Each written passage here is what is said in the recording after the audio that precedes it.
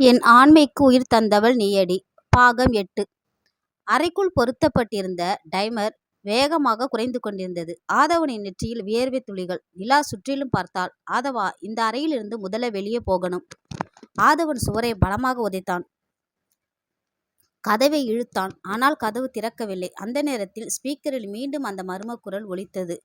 ஆதவா, 5 நிமிஷம்தான் இருக்கு. உயிரோட வெளியே வரணும்னா ஒரு முடிவு எடு. யாரு நீ என்று ஆதவன் கத்தினான். எதுக்காக எங்களை கொல்ல நினைக்கிற? மறுபடியும் அந்த குரல் சிரித்தது. இது சாவு விளையாட்டு அல்ல, உன் மனசை உடைக்கிற விளையாட்டு. ஆதவன் அறை முழுவதும் தேட ஆரம்பித்தான். மேஜையின் கீழ், பழைய அலமாரியின் பின்னால், ஜன்னல் அருகில், எங்கும் வழியில்லை. நிலா அமைதியாக எல்லாவற்றையும் கவனித்தாள்.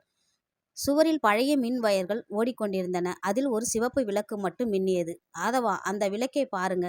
ஆதவன் வேகமாக அங்கு ஓடினான். சிறிய இரும்பு பெட்டி. அதை திறந்தான். அதற்குள் டைமருடன் இணைக்கப்பட்ட வயர்கள். ஆனால் அந்த வயரை வெட்ட வேண்டும் என்று தெரியவில்லை. ஆனால் எந்த வயரை வெட்ட வேண்டும் என்று அவனுக்கு தெரியவில்லை.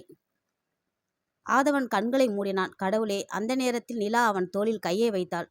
பயப்படாதீங்க, நாம 2 பேரும் வெளியே போவோம். ஆதவன் அவளை பார்த்தான். ஒருவேளை இல்ல. நிலா அவன் வாயை கையால் மூடினாள். சாகிறதை பற்றி பேசவே கூடாது. அந்த சில நொடிகளில் ஆதவனின் மனதில் பல நினைவுகள் ஓடின. முதல் நாள் மருத்துவமனையில் நிலாவை பார்த்தது. அவள் சிரித்தது. அவள் காயத்திற்கு கட்டுப்பட்டது.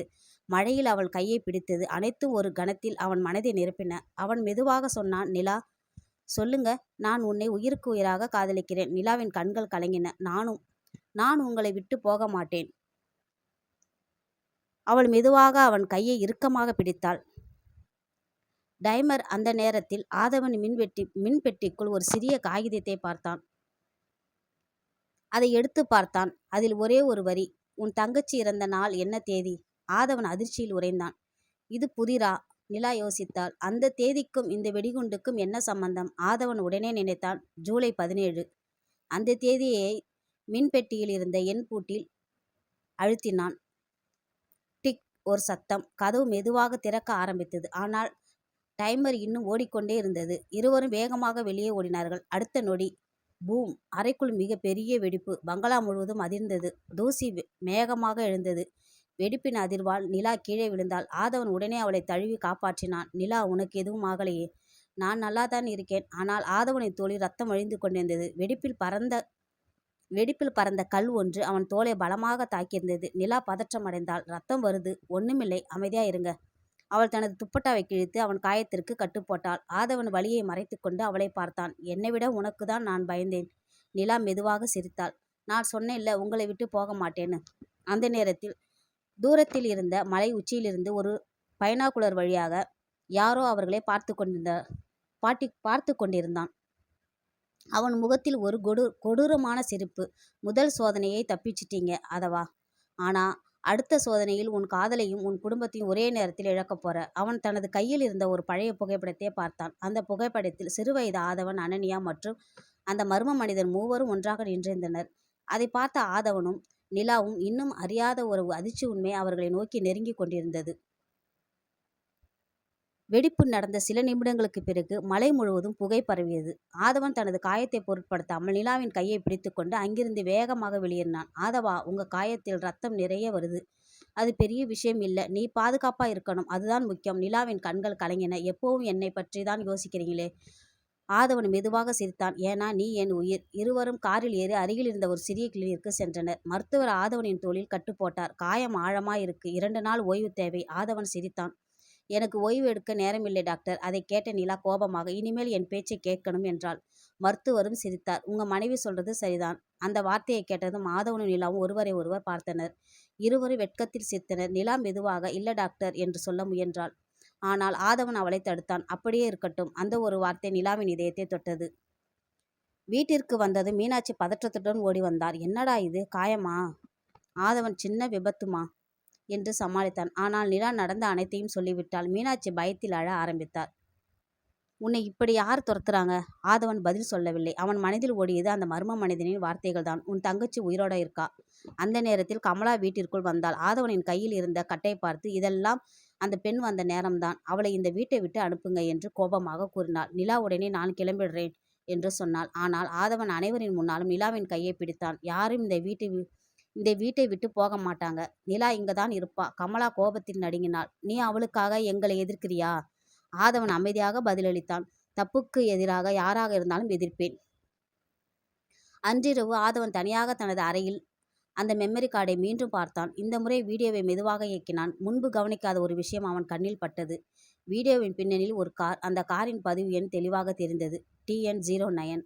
ஆதவன் உடனே அந்த எண்ணை எழுதி கொண்டான். அது யாருடைய கார்? அந்த நேரத்தில் கதவு திறந்தது. நிலா 2 கப் காப்பியுடன் உள்ளே வந்தாள். இன்னும் தூங்கலையா? ஆதவன் லேப்டாப்பை மூடிவிட்டான். வேலை பார்த்துட்டிருந்தேன். நிலா சிரித்தாள். மறுபடியும் போய். அவள் காஃபியை அவன் கையில் கொடுத்தாள். நீங்க தனியா சுமை சுமக்காதீங்க. உங்க கஷ்டத்துல எனக்கும் பங்கு இருக்கு. ஆதவன் அவளை பார்த்து மெதுவாக சொன்னான். ஒரு நாள் இந்த எல்லா பிரச்சனையும் முடிஞ்ச பிறகு உன்னை கல்யாணம் பண்ணிக்கிட்டு நிம்மதியா வாழணும். நிலாவின் கண்கள் கலங்கின. அந்த நாளுக்காக நான் காத்திருக்கேன். அதே நேரத்தில் வீட்டுக்கு வெளியே ஒரு கருப்பு கார் வந்து நின்றது. அதிலிருந்து இறங்கிய மர்ம மனிதன் வீட்டை நோக்கி ஒரு கவரை வீசிவிட்டு சென்றான்.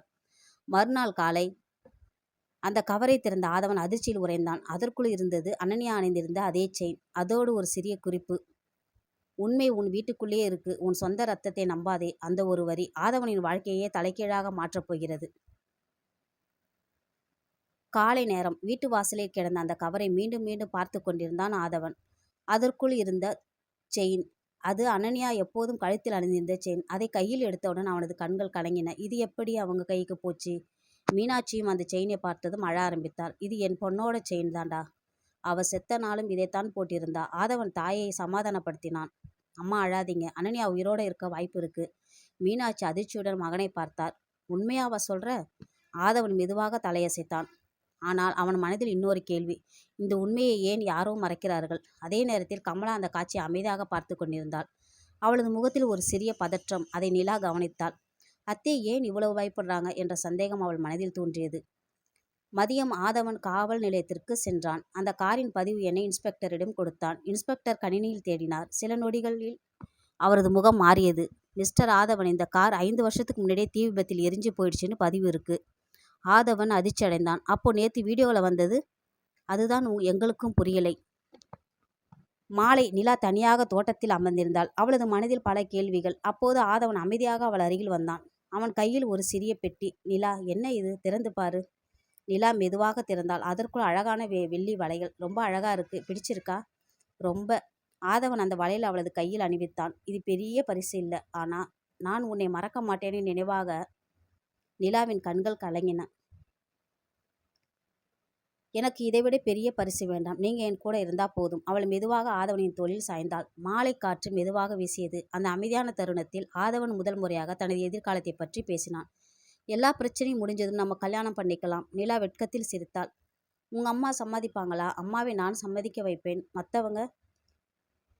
ஆதவன் உறுதியுடன் சொன்னான். இந்த உலகமே எதிர்த்தாலும் உன்னை மட்டும் நான் விட மாட்டேன். அந்த வார்த்தைகளை கேட்ட நிலா கண்களை மூடி அமைதியாக சிரித்தாள். அவளுக்குள் ஒரு நம்பிக்கை பிறந்தது. ஆனால் அதே நேரத்தில் ரேணுகா அந்த காட்சியை மொபைலில் ரகசியமாக வீடியோ எடுத்தாள். அவள் உடனே கமலாவிடம் சென்று காட்டினாள். கமலா சிரித்தாள். இதுதான் நமக்கு வேணும். இந்த வீடியோவை நாளைக்கு ஊர்ல எல்லோருக்கும் அனுப்புவோம். ஆதவனோட பேர் கெட்டு போகட்டும். அதே இரவு ஆதவனின் மொபைலுக்கு ஒரு புதிய வீடியோ வந்தது. அதை திறந்தவுடன் அவன் அதிர்ச்சியில் உறைந்தான். வீடியோவில் அனன்யா ஒரு இருண்ட அறையில் அமர்ந்திருந்தாள். இந்த முறை அவள் நேராக கேமராவை பார்த்து அழுதபடி சொன்னாள். அண்ணா, என்னை காப்பாத்து. நான் இன்னும் உயிரோடு இருக்கேன். வீடியோ திடீரென முடிந்தது. ஆதவனின் கையில் இருந்த மொபைல் நடுங்கியது. அவனது கண்களில் கண்ணீர். அனன்யா. நிலா அவன் அருகில் வந்து நின்றாள். நாம் அவங்களை கண்டிப்பா காப்பாற்றுவோம். ஆதவன் மெதுவாக நிலாவின் கையை பிடித்தான். அந்த நேரத்தில் அவர்களுக்கு தெரியாமல் வீட்டின் வெளியே நின்றிருந்த மர்ம மனிதன் சிரித்து கொண்டே சொன்னான். இப்போதான் உண்மையான ஆட்டம் ஆரம்பமாகுது. அனன்யாவை தேடும் ஆபத்தான பயணம் தொடங்கும். கமலாவின் கடந்த கால ரகசியம் வெளிவர ஆரம்பிக்கும். அடுத்த எபிசோட்ல பார்க்கலாம்.